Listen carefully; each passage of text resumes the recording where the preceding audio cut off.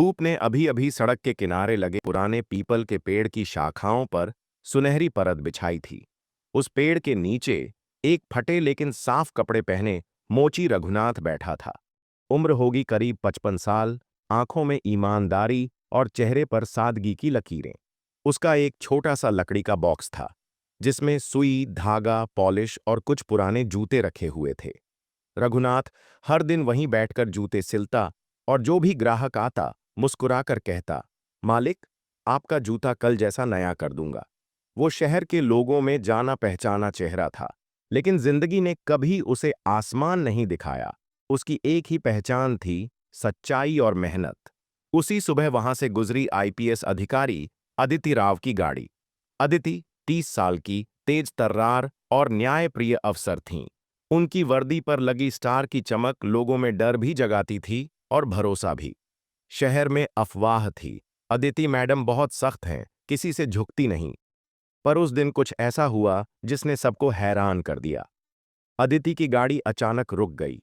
उनके ड्राइवर ने बताया, मैडम, गाड़ी का टायर पंचर हो गया है। वो थोड़ी झुंझलाईं, लेकिन फिर बोली, ठीक है, आसपास कोई पंचर की दुकान है क्या? ड्राइवर बोला, मैडम, आगे पीपल के नीचे एक मोची बैठता है, वही मदद कर सकता है। अदिति कार से उतरी और सीधी रघुनाथ के पास पहुंची। रघुनाथ ने सिर उठाकर देखा। सामने एक वर्दी में अफसर चमचमाती गाड़ी के साथ खड़ी है। वो तुरंत खड़ा हो गया। मैडम, नमस्ते। बोलिए, क्या दिक्कत है? आदित्य ने कहा, टायर पंचर हो गया है, देख सकते हो? रघुनाथ मुस्कुराया, जरूर मैडम, पर मैं मोची हूं, मिस्त्री नहीं। लेकिन पास ही मेरा एक दोस्त है जो गाड़ी का काम करता है, उसे बुला लाता हूं। ये सुनकर आदित्य थोड़ी हैरान हुई। तुम अपना काम छोड़कर किसी और के लिए मदद करोगे? वो बोला, मैडम, अगर कोई मदद मांगता है तो ये सोचने का वक्त नहीं रहता कि काम मेरा है या नहीं। अदिति ने कुछ पल उसे गौर से देखा।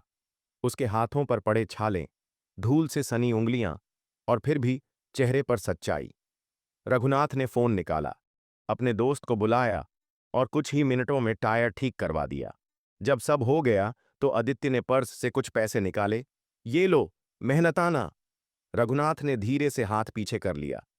मैडम, मैंने मदद की है, काम नहीं किया। मेरे हिस्से का इंसानियत का फर्ज पूरा किया है। उसके ये शब्द सुनकर अदिति कुछ क्षणों के लिए चुप रह गईं।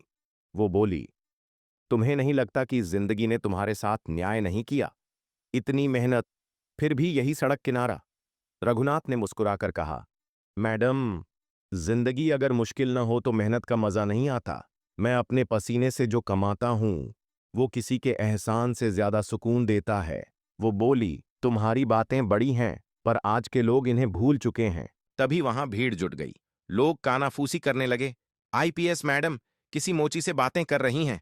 अदिति ने उनकी परवाह नहीं की।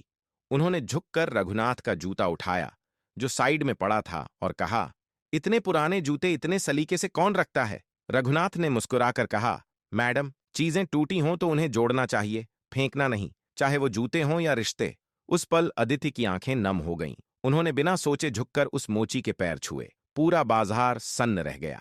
रघुनाथ पीछे हटते हुए बोला, मैडम, आप क्या कर रही हैं? अदिति ने कहा, जिस इंसान ने मुझे आज सच्चाई का मतलब याद दिलाया, उसके सामने झुकना मेरा सम्मान है, शर्म नहीं। लोगों ने ताली बजाई। अदिति ने कहा, तुम्हारे जैसे लोग इस देश की हैं।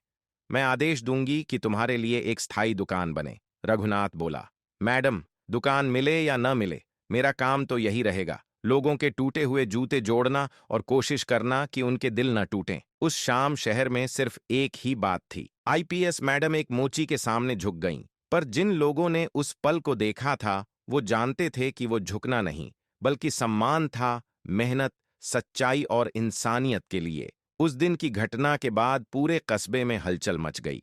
लोगों के बीच चर्चा थी, आईपीएस अदिति राव ने सड़क किनारे बैठे एक मोची के पैर छुए। किसी ने कहा, मैडम बहुत दयालु हैं, तो कोई बोला, वो दिखावा था।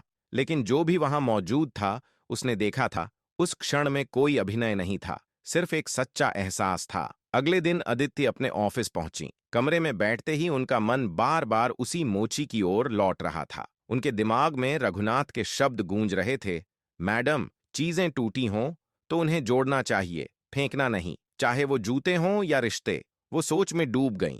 हम अफसर लोग कानून तो लागू कर लेते हैं, पर समाज के टूटे रिश्ते कौन जोड़ेगा? अचानक उन्होंने फाइल बंद की और अपने स्टाफ को बुलाया। मुझे एक प्रोजेक्ट शुरू करना है, नाम होगा इंसानियत की डोर। सभी अधिकारी हैरान थे। मैडम, ये क्या है? अदिति बोली, हम शहर के हर उस व्यक्ति तक पहुंचेंगे जो ईमानदारी से काम करता है लेकिन हालातों से हारा हुआ है, चाहे वो मोची हो, रेहड़ी वाला हो या रिक्शा चलाने वाला। हम उन्हें सम्मान देंगे, सिर्फ सहानुभूति नहीं। 3 दिन बाद वही बाजार, वही पीपल का पेड़। रघुनाथ हमेशा की तरह जूते सिल रहा था। अचानक कुछ गाड़ियां वहां रुकीं और भीड़ इकट्ठी हो गई। रघुनाथ ने देखा, अदिति मैडम फिर उसके सामने खड़ी हैं, इस बार हाथ में एक फाइल और चेहरे पर मुस्कान। रघुनाथ जी, आज से आप सिर्फ मोची नहीं, शहर की मेहनत का प्रतीक हैं। रघुनाथ ने चौंक कर पूछा, मैडम, ये क्या मतलब हुआ? अदिति बोली, हमने आपके नाम पर एक योजना शुरू की है, रघुनाथ सम्मान योजना, जिसके तहत ईमानदार मजदूरों और छोटे कामगारों को मुफ्त पहचान पत्र, बीमा और सरकारी सहायता मिलेगी। रघुनाथ की आंखें भर आईं। वो बोला, मैडम, मेरे जैसा छोटा आदमी, मेरे नाम पर योजना? अदिति मुस्कुराईं, आप छोटे नहीं, देश की असली रीढ़ हैं। भीड़ ताली बजाने लगी। कई पत्रकार उस पल को कैद करने पहुंचे। किसी ने पूछा, मैडम, आप एक मोची से इतनी प्रभावित कैसे हुई? अदिति ने जवाब दिया, क्योंकि उसने मुझे याद दिलाया कि असली ताकत वर्दी में नहीं, सच्चाई में होती है। कुछ हफ्ते बीते, शहर में बदलाव आने लगा। लोग अब सड़क किनारे काम करने वालों से दया नहीं, सम्मान से बात करने लगे। नगर निगम ने भी इंसानियत की डोर के तहत छोटे विक्रेताओं के लिए साफ सुथरे स्थान तय किए। एक दिन रघुनाथ अपने नए बने छोटे स्टॉल पर बैठा था। एक नीले बोर्ड पर लिखा था, रघुनाथ शू सर्विस, जहां हर जूता सम्मान से जुड़ता है। वो तभी मुस्कुरा उठा जब उसने देखा सामने से अदिति आ रही हैं। वो तुरंत उठ खड़ा हुआ। मैडम, आपने तो मेरा जीवन बदल दिया। अदिति ने कहा, नहीं रघुनाथ जी, आपने मेरा नजरिया बदल दिया।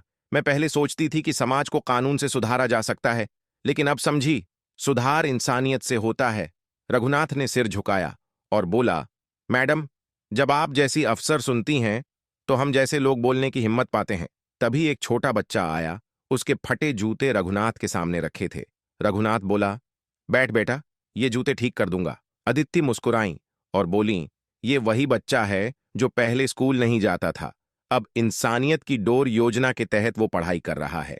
रघुनाथ की आंखें भर आईं। वो बोला, मैडम, अब मुझे लगता है मेरे हाथ सिर्फ जूते नहीं जोड़ते, लोगों के सपने भी जोड़ते हैं। अदिति ने कहा, और आपके जैसे लोग ही इस देश की असली प्रेरणा हैं। सूरज ढल रहा था। अदिति ने विदा लेते हुए कहा, रघुनाथ जी, जब भी कोई अफसर अहंकार में झुके तो उसे आपकी कहानी सुनाना। रघुनाथ ने मुस्कुराते हुए जवाब दिया, और जब कोई मेहनती आदमी थक जाए तो उसे बताना कि आईपीएस मैडम भी कभी एक मोची के सामने झुकी थीं। दोनों हंस पड़े। हवा में एक अद्भुत शांति थी, जैसे वर्दी और साधारणपन ने मिलकर इंसानियत की नई परिभाषा लिख दी हो। दोस्तों, अगर आपको यह कहानी पसंद आई हो तो इसे ज्यादा से ज्यादा लोगों तक शेयर करें और हमारे चैनल